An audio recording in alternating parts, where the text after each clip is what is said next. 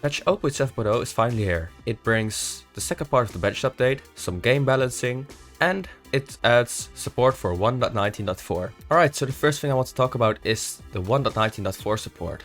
MCCi now supports 1.19.4, and it is highly recommended that you update to this version because it contains a lot of client-side performance improvements and bug fixes that will speed up not only resource backloading but also improve FPS and reduce freezes. Due to this and many more features, Noxcrew will end support for 1.19.3 and lower versions at a later stage, probably somewhere in May. That's why it is highly recommended to update. You have plenty of time to do it.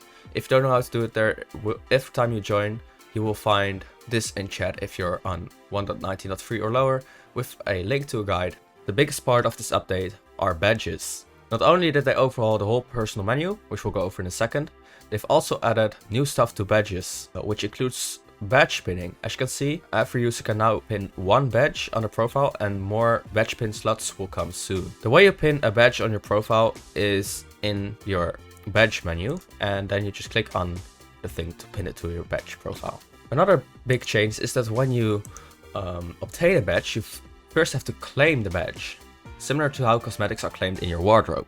And it also says the date you completed that stage. And you can also scroll through completed stages, which is pretty cool to see. With that, the personal menu and the inspect menu has been overhauled. As you can see, you can now find a pinned badges slot here. If you click on that, you can view the pinned badges. You can also see those pinned badges when inspecting other people. For example, if we can find anyone, let me see. Here you can see the inspect menu has changed a bit, and as you can see, he has one badge pinned. If you click on the badge, you can view all their badges they have gotten in total. As you can see, the inspect menu is also green now, and more functionality will be added later probably. There have also been some game balancing changes to get to the side and Battle Box. First we'll check out to get to the outer side. At Water Park, they've added a barrier at the start of the map to avoid huge launches from the slapstick and crack shot modifiers. And in Skydive, they've disabled the TNT modifier. And there's also been a few changes in Battle Box when it comes to kits. First of all, Sparks of Speed. The effect duration has been increased from 1.2 seconds to 1.5 seconds. And then there have been a few changes to map kits. Other than that, there have been a few bug fixes here, nothing crazy, just some GUI changes. And they've also fixed a rare issue that will cause game servers to shut down unexpectedly in the middle of the game. So that shouldn't happen anymore, which is great. Due to exams and other stuff, I have not been able to catch updates 0.6.0 to 0.6.2, so I'll do a quick glance over it right now. In patch 0.6.0, they've added 4 new maps, this being Valhalla, which is a sky battle map.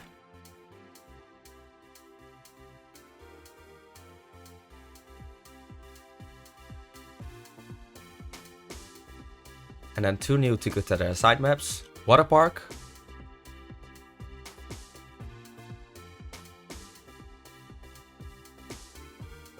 Skydive,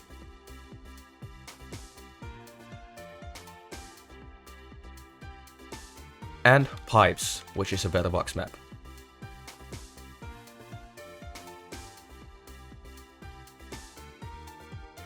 Furthermore, they've done some adjustments and an increase to creeper damage.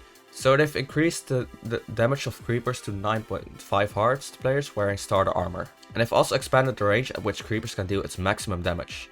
This should make using creepers more consistent and allowing players to expect the amount of damage that they will be dealt. In patch 0.6.0 there were also a few changes and fixes. This being, footstep sounds will no longer play at the main hub spawn point, which is great. They fixed some GUI issues. I fixed an issue where disguises stopped working.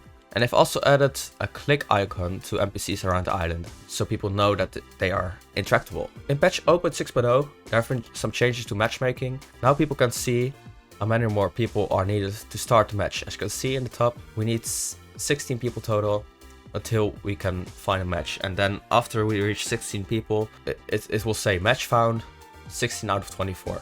And this way people can know how long they have to wait until they find a full match, which is great. Other than that, they've added a border shrink and map update alert sound to Sky Battle. And they've also increased the time you can stay at the end game podium area before being teleported back to the game lobby. They've also reduced the waiting time between rounds to get to the other side.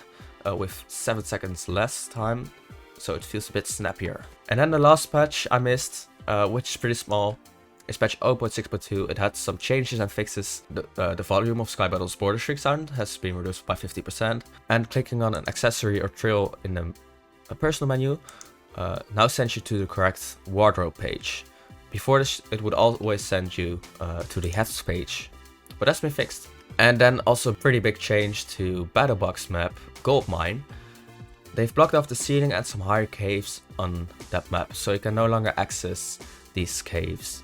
And that is basically all that I've missed in the past few patches, and also the patch 0.7.0, which is pretty big. We're slowly getting closer to the open beta release, which is really exciting. Of course, there's still some stuff that needs to happen, but it's just really exciting overall, and I can't wait. If you want to stay updated with more patches in the future, or more useful guides, which will come pretty soon hopefully, make sure to subscribe, and thank you all for watching. Goodbye!